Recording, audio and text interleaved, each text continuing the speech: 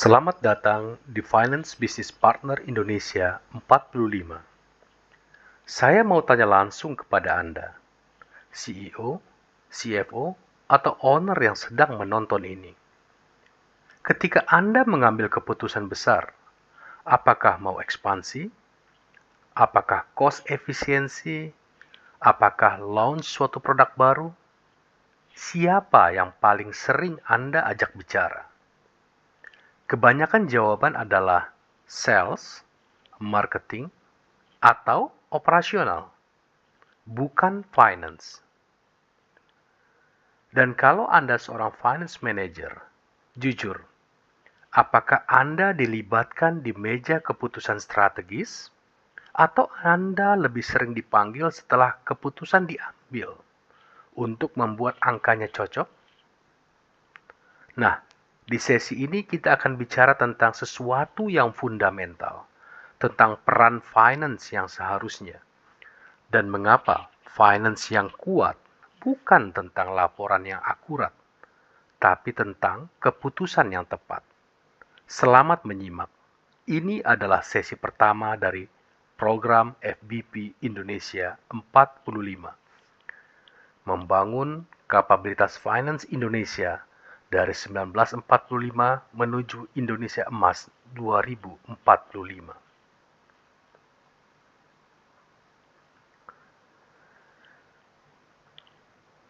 Mari kita mulai dengan definisi.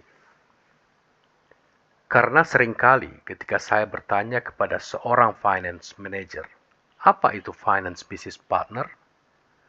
Jawabannya adalah finance yang lebih dekat dengan bisnis. Benar, tapi kurang tepat. Finance business partner atau FBP adalah professional finance yang berfungsi sebagai mitra strategis bagi pemimpin bisnis.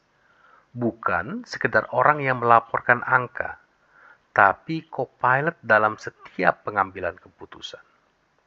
Analoginya begini. Bayangkan sebuah pesawat. Ada pilot yang menerbangkan pesawat. Itu adalah CEO atau business leader. Tapi ada co-pilot yang memantau instrumen, memberikan warning ketika ada bahaya, dan membantu memilih jalur terbaik. Itu adalah finance business partner. Kalimat kuncinya, FBP adalah finance yang bicara bahasa bisnis, bukan hanya bahasa angka. 3 pilar FBP, insight, influence, impact. Itu adalah 3 pilar yang mendefinisikan seorang FBP sejati. Pertama, insight. Finance business partner mengubah data mentah menjadi wawasan yang bisa mendorong aksi. Bukan hanya margin kita turun 3%, tapi margin turun 3% karena mix produk kita bergeser ke SKU low margin. Dan ini rekomendasinya. Kedua, influence. FBP mempengaruhi keputusan strategis. Bukan dengan otoritas jabatan, tapi dengan kekuatan narasi berbasis data. Ketika FBP berbicara, CEO mendengarkan karena argumennya kuat, bukan karena posisinya tinggi. Ketiga, impact. Dan ini yang paling penting. Semua insight dari finance dan influence harus berujung pada dampak bisnis yang terukur. Profit naik, biaya turun, keputusan investasi lebih tepat. Itu adalah ukuran keberhasilan seorang FBP.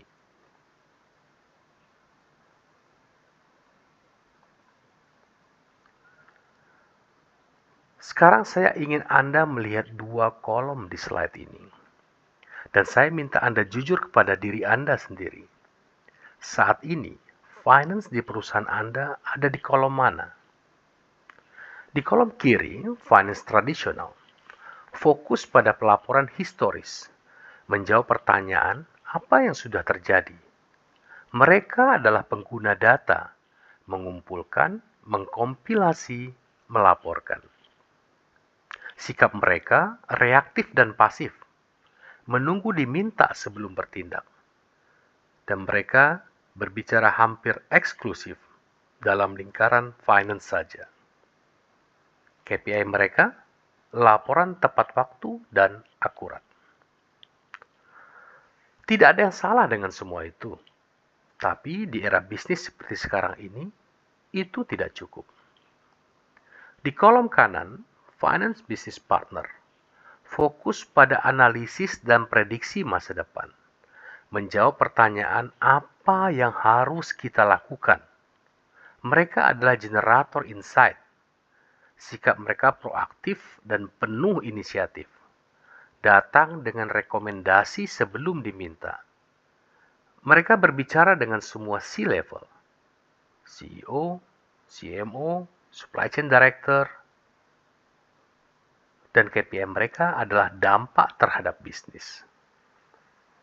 Ini bukan hanya perbedaan teknis, ini adalah perbedaan mindset yang fundamental. Finance tradisional menjaga status quo. Finance Business Partner mendorong perubahan. Lantas, apa yang harus dikuasai oleh seorang finance business partner? Ada 4 kompetensi kunci.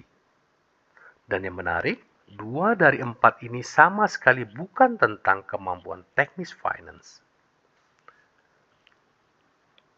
Kompetensi pertama, financial acumen. Ini adalah fondasi. Penguasaan mendalam atas P&L, balance sheet, cash flow, dan unit economics. Seorang FBP harus bisa membaca bisnis melalui angka dengan cepat dan akurat.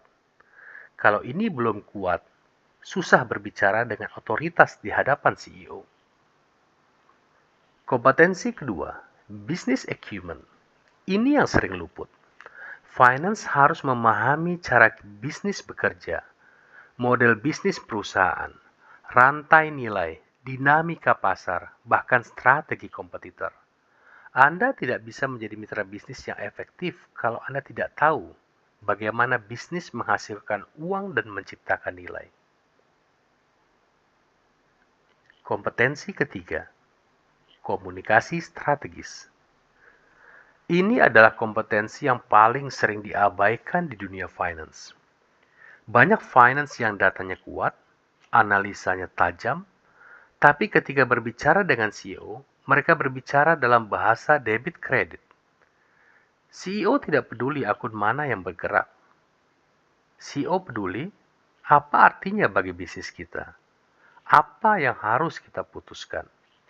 Menyampaikan insight kompleks dengan narasi yang simpel dan meyakinkan, itu adalah seni yang harus dikuasai FBP. Kompetensi keempat, influencing without authority. Finance business partner mempengaruhi keputusan tanpa jabatan formal. Seorang supply chain director tidak melapor ke finance. Seorang sales director tidak melapor ke finance. Tapi FBP yang baik bisa mempengaruhi keputusan mereka, bukan dengan hierarki, tapi dengan kepercayaan yang dibangun melalui data, analisis, dan track record rekomendasinya.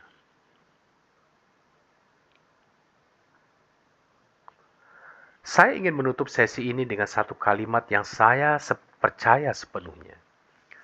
Finance yang hebat bukan yang paling akurat laporannya, melainkan yang paling berdampak bagi keputusan bisnis.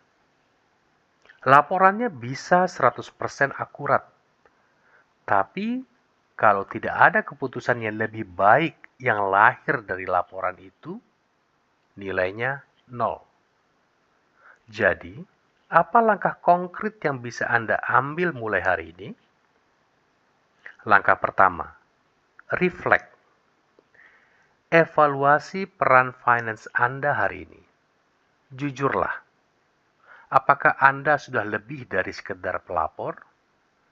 Apakah dalam 30 hari terakhir ada satu keputusan bisnis yang berbeda karena insight dari finance? Kalau belum, itu sinyal yang menandakan kita harus berubah. Langkah kedua, learn. Ikuti program FBP Indonesia 45 ini sampai selesai. Di sesi-sesi berikutnya, kita akan masuk jauh lebih dalam tools, framework, dan skill komunikasi yang dibutuhkan seorang FBP. Langkah ketiga, jadwalkan satu pertemuan dengan CEO atau GM Anda minggu ini. Bukan untuk melaporkan angka, tapi untuk bertanya, apa keputusan terbesar yang sedang Bapak atau Ibu hadapi? Bagaimana finance bisa membantu? Satu pertemuan itu bisa mengubah persepsi tentang peran finance Anda selamanya. Terima kasih sudah menonton. Kalau konten ini bermanfaat, subscribe dan aktifkan notifikasi. Di sesi berikutnya kita akan bahas mengapa finance harus menjadi bisnis partner dari perspektif CEO dan CFO yang pernah merasakannya langsung. Sampai jumpa.